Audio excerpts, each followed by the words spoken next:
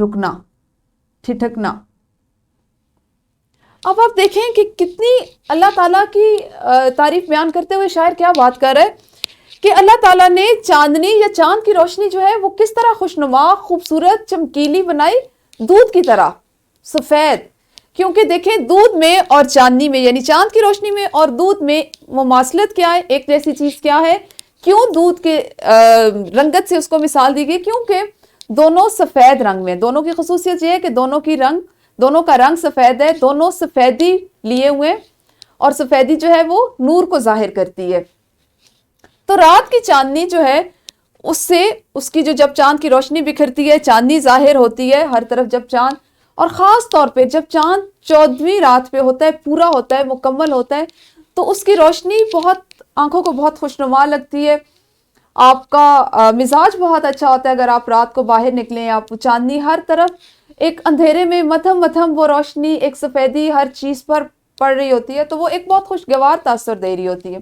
شاعر نے اس چاندنی کی مثال, اس روشنی کی مثال کس سے دی ہے؟ دودھ سے, دودھ کی سفیدی سے. کیونکہ تاریکی, رات کی تاریکی جو ہر طرف چھائی ہوئی ہوتی ہے, اس میں جس وقت یہ چاندنی, یہ سفیدی چیزوں پر پڑتی ہے تو وہ آنکھوں کو بہت اچھی لگتی ہے. اور اسی پہ وہ کہتے ہیں کہ حیران ہو کر نگاہ ٹھٹکی. اگر آپ نے کبھی اس چیز کا مشاہدہ کیا ہو کہ آپ چاندنی رات میں باہر نکلے ہوں, تو آپ کو یقیناً اس بات کا اندازہ ہوگا کہ وہ چیزیں جو دن میں کچھ اور منظر, کچھ اور نظارے پیش کر رہی ہوتی ہیں, رات کو جس وقت ان پر چاند کی روشنی پڑتی ہے, چاند کی سفیدی اور سفید روشنی ان پہ آتی ہے, تو ان کو دیکھ کے چند لمحوں کے لیے یا کچھ لمحوں کے لیے انسان کی نظر, اس کی نگاہ ٹھٹک جاتی ہے, رک جاتی ہے. اس کو حیرت ہوتی ہے کہ یہ چیز جو مجھے دن کی روشنی میں کسی اور طرح سے دکھائی دے رہی تھی, وہ چاندنی میں کیسی دکھائی دے رہی ہے. تو یہ کمال کس کو حاصل ہے؟ اس کو کرنے والا, اس کو بنانے والا کون ہے؟ کوئی اور نہیں, صرف اللہ تعالیٰ. یہ کمال صرف اللہ تعالیٰ کو حاصل ہے. یہ صرف کمال اللہ تعالیٰ کا ہے کہ وہ جس چیز کو جیسے چاہے ظاہر کرے, اور دیکھنے والی ہم جیسے لوگوں کی نگاہ, ان کی نظر حیران رہ جائے. جاڑا گرمی بہار برسات, جاڑا گرمی بہار برسات, ہر رت میں نیا سما نئی بات. اب اگر آپ غور کریں, اس تصویر کو ہی آپ دیکھیں, تو اس تصویر سے ہی آپ کو جاڑا, گرمی, بہار اور برسات, ان چاروں موسموں کا, چاروں موسم دکھائی دے رہے ہیں, چاروں موسم ظاہر ہو رہے ہیں. جاڑا کہتے ہیں سردی کو, جاڑا کس کو کہتے ہیں؟ سردی کو. گرمی, بہار, برسات یعنی بارش کا موسم, برسات بارش کا موسم. رت موسم, سما منظر یا نظارہ. آپ دیکھیں کہ اللہ تعالیٰ ہے, وہ ہر چیز پر قادر ہے, وہ ہر چیز کو کرنے والا ہے. اس کی قدرت ہے کہ وہ جب چاہے جیسا کر دے, اس کے حکم کے بغیر ایک پتا بھی نہیں ہل سکتا. اور آپ اگر مثال اس ایک درخت سے لیں تو دیکھیں اس ایک درخت پہ سردیوں میں, گرمیوں میں, بہار میں اور برسات میں کون کون سے اس ایک درخت پہ کتنے منظر آ جاتے ہیں.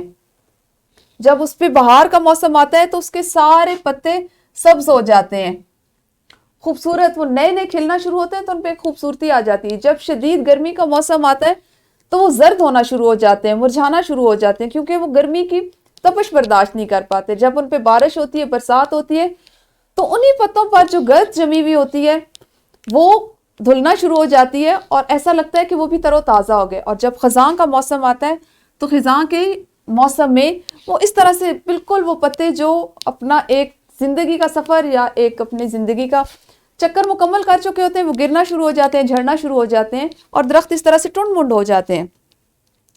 لیکن اگر ہم غور کریں تو اس ایک درخت کی مثال سے ہی ہمیں اللہ تعالیٰ کی قدرت کی بے شمار مثالیں, اس کی نشانیاں ظاہر ہوتی ہیں. یہ ہر موسم اگر ہم اس کو مثبت انداز میں لیں تو جب یہاں سے اس درخت کو آپ دیکھیں, خزاں میں اس کے سارے پتے جھڑ جاتے ہیں, تو پھر بہار میں دوبارہ سے نئے پتے آتے ہیں. پھر اس طرح جس وقت ان پہ دھوپ پڑتی ہے تو وہ زرد ہوتے ہیں, پیلے ہوتے ہیں, ان پہ وہ مرجھانے کملانے لگتے ہیں, اور جس وقت وہ برسات ان پہ آتی ہے تو وہ دوبارہ سے تر و تازہ ہو جاتے ہیں, دھل جاتے ہیں.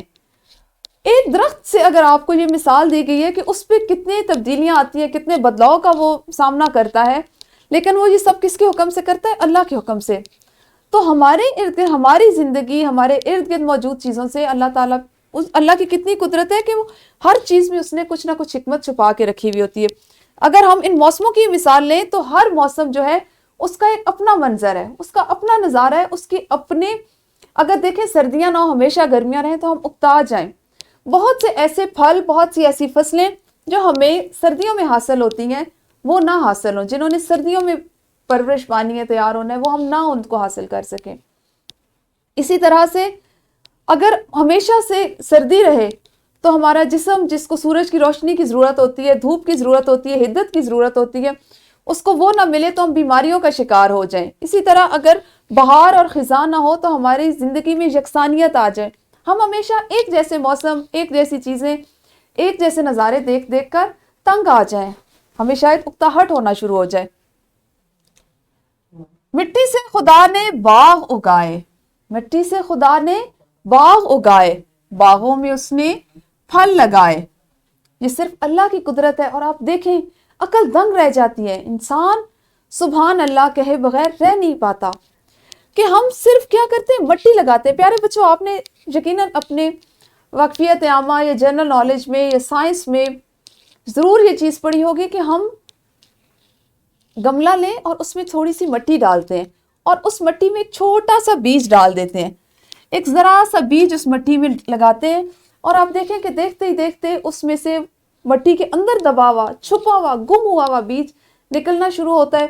ذرا سا سامنے آتا ہے, پھر وہ تھوڑا بڑا ہوتا ہوتا چھوٹا ننھا سا پودا بن جاتا ہے, پھر ننھا پودا ذرا بڑا ہوتا ہے, اس کی شاخیں نکلنا شروع ہو جاتی ہیں, ان پہ طرح طرح کے پتے نکلنا شروع ہو جاتے ہیں, پھر اس کا قد کچھ زیادہ بڑھ جاتا ہے, اس کے اوپر پھول, اگر وہ پھولوں کا پودا ہے تو اس پہ پھول لگنا شروع ہو جاتے ہیں, رنگ برنگے, ہر پھول دوسرے سے مختلف شکل کا, اور مختلف, ہر پھول کی خوشبو پہلے پھول سے مختلف. تو یہ کرنے والا کون ہے کہ مٹی سے وہ باغ, پورے پورے باغ ہو جاتے ہیں. آپ دیکھیں مٹی میں چھوٹا سا پودا لگاتے ہیں, بیج لگاتے ہیں, اور اس پہ اتنے اتنے بڑے درخت لگتے ہیں, بے شمار اس پہ پھل لگتے ہیں, خوش ذائقہ, خوش نما, میٹھے, ترش, ہر طرح کے. تو یہ کرنے والی ذات کوئی اور نہیں, یہ کرنے والی ذات صرف اور صرف میرے اور آپ کے پیارے اللہ کی ہے. تو اللہ جب ہمیں اتنی نعمتیں دیے ہوئے, اتنی نعمتوں سے ہمیں نواز رہا ہے, تو ہمیں کیا کرنا چاہیے؟ ہمیں جواباً اللہ تعالیٰ کا شکر ادا کرنا چاہیے, الحمدللہ کہنا چاہیے. ہر شے اس نے بنائی نادر, ہر شے اس نے بنائی نادر, بے شک خدا ہے قوی و قادر. نادر نایاب, نادر نایاب, ایسی چیزیں جو نہ ملتی ہوں, جو جب ہوں تو بس تبھی ہوں. اپنی مثال آپ ہوں. اللہ تعالیٰ کی ہر چیز نادر ہے, قیمتی ہے, ایسی قیمتی ہے کہ اس کی کوئی مثال نہیں, اس کی کوئی قیمت نہیں. بے شک خدا ہے قوی, مضبوط, قادر, قدرت رکھنے والا, قادر, قدرت رکھنے والا. ہر کائنات کی ہر چیز جو نایاب ہے, جس کی کوئی قیمت نہیں, ہم انسان کیا اس کی کوئی اور قیمت لگا ہی نہیں سکتا, کیونکہ جس چیز کو کس مقصد کے لیے بنایا یہ صرف اللہ جانتا ہے. کس انسان کو کس مقصد کے تحت اس نے اس دنیا میں بھیجا, کس مخلوق کو کس مقصد کے تحت بھیجا, یہ کوئی اور نہیں جانتا بلکہ صرف اللہ جانتا ہے. یہ اللہ تعالیٰ یہ جس کو ان تمام چیزوں پہ قدرت حاصل ہے, وہی قوی ہے, وہی مضبوط ہے, وہی ہمیشہ قائم رہنے والا ہے, اور وہی ہر چیز پر قدرت رکھنے والا ہے. پیارے بچوں, یہ ہماری نظم تھی, ہم تھی جو آج ہم نے جس کی پڑھائی مکمل کی. اب آپ نے اس کے جو اشعار آج آپ نے پڑھے ہیں ان کو ترنم اور لے سے اپنی معلمہ کو سنانا ہے. مزید اگر آپ کو تفہیم کی ضرورت ہے, کوئی بات سمجھ نہیں آئی, تو آپ اپنی معلمہ سے پوچھ سکتے ہیں, وہ آپ کی رہنمائی فرمائیں گی. اور اب آپ نے کرنی ہے ایک سرگرمی. سرگرمی کچھ یوں ہے کہ مذکورہ حمد, یعنی جو حمد ہم نے ابھی پڑھی ہے, اس میں سے آپ نے اپنی پسند کا کوئی شعر لے سے اپنی معلمہ کو سنانا ہے, اور ان کو پسندیدگی کی وجہ بھی بتانی ہے. نہ صرف شعر کو لے اور آہنگ سے سنانا ہے, بلکہ وجہ بھی بتائیں کہ آپ کو وہ شعر کیوں اچھا لگا. تو شاباش, ویڈیو کو روکیے اور پہلے سرگرمی کو سر انجام دیجیے. جی یقیناً آپ نے اپنی معلمہ کو اپنے پسندیدہ اشعار سنا دیے ہوں گے. اب ہم مشق یہ لیتے ہیں, اور آپ جان چکے ہیں, آپ اس بات سے واقف ہو چکے ہیں کہ مشق ہماری کتاب کا وہ حصہ ہوتا ہے جو ہم اس متن سے متعلقہ پڑھتے ہیں. سوال نمبر 1, درج ذیل سوالات کے زبانی جوابات دیجیے. اس کے 2 اجزاء ہم نے کل کیے تھے کیونکہ وہ ہمارے کل کے متن سے متعلقہ تھے.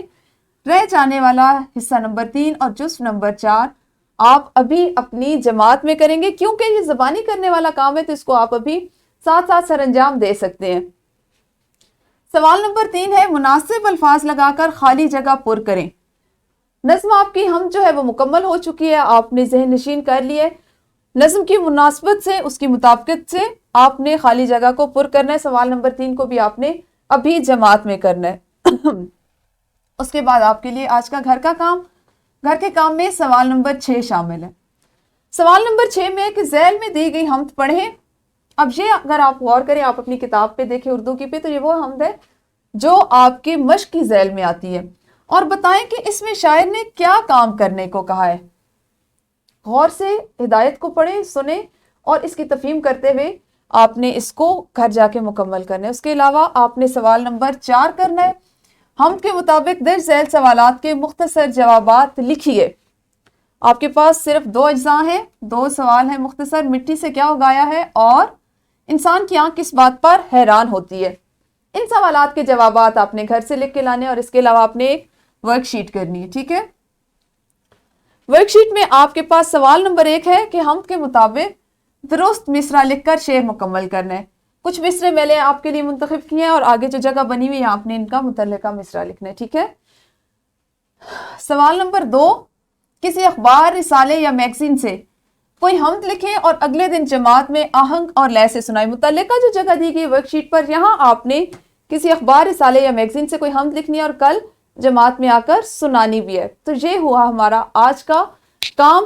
اساتذہ کرام, آپ کی سہولت اور آسانی کے لیے ہمیشہ کی طرح لیسن پلان, پی پی ٹیز اور ورک شیٹ ڈسکرپشن باکس میں موجود ہے. آپ جب چاہیں اس سے ڈاؤن لوڈ کر سکتے ہیں, فائدہ اٹھا سکتے ہیں. تو کل اپنے نئے سبق کے ساتھ ملیں گے. اس وقت تک کے لیے اللہ حافظ. شکریہ.